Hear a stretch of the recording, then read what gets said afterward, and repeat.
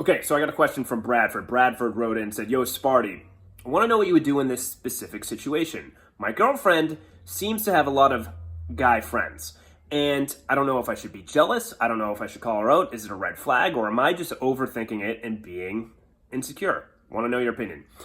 Here's the deal, Bradford. You've made one mistake, okay?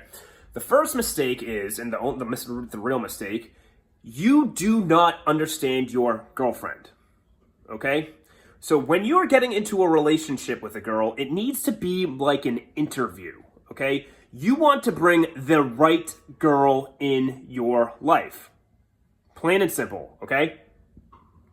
You failed, okay? You probably got into a relationship with a girl who is purely attractive. You purely went on the physical, all right? And this is what many men mistakenly do. They date a girl because she's hot. They don't really like her. They don't really know too much about her. Okay, and then they get stuck into a relationship with her for 3-4 years, and then the next step is marriage. They get married, and they realize they are not right for each other. So they become into this shitty marriage, and they end up in divorce where there's heartbreak, money problems, and it just becomes a flat-out mess. And so many people do this when they get married. They fall for the physical, they don't look anything further, they're not good matches for each other, and then they end up ruining half their fucking life because, they got into a shitty relationship. So for you, you got into a relationship where you haven't understood the type of girl that you're dating, okay? You got to realize making a decision on the girl is one of the most important things that a guy can do. He needs to pick the right girl, okay?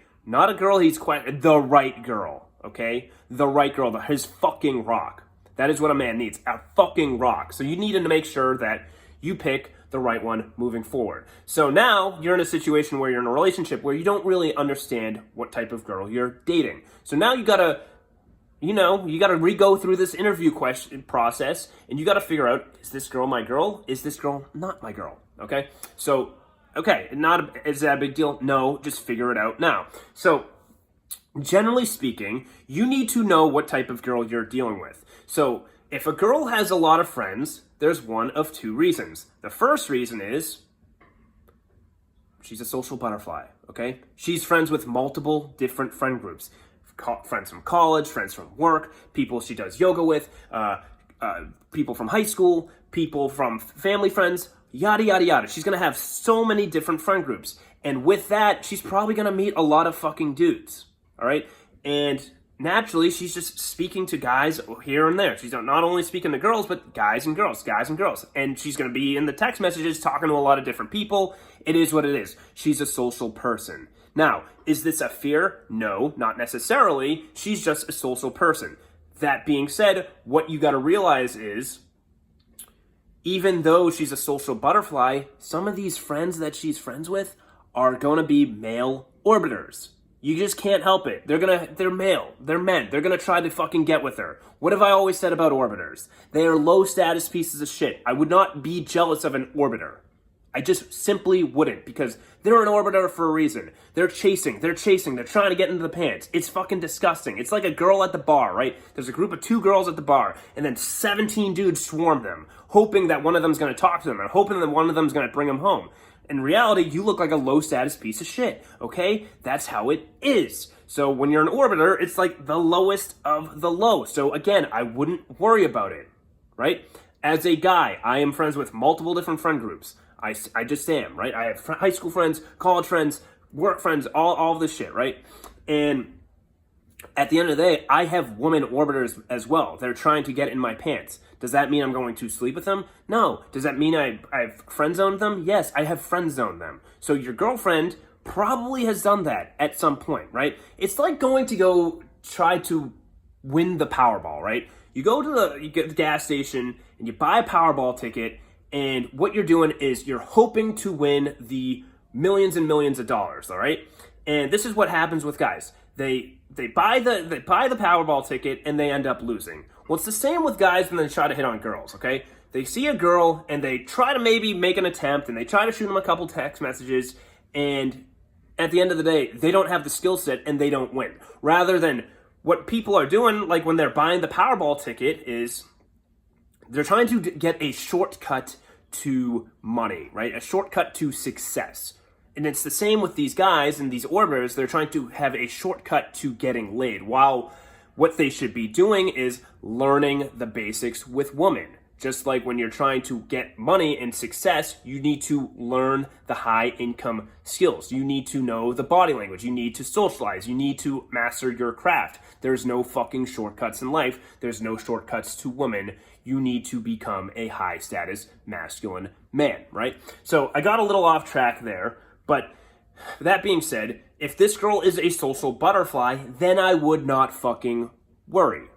I just wouldn't worry, because she's just naturally going to be like that. Now, if this is the type of girl where she doesn't seem to have too many friend groups, but all of a sudden out of nowhere, she's talking to a Rick, and he's in the phone book, and you ask her, hell, who's Rick?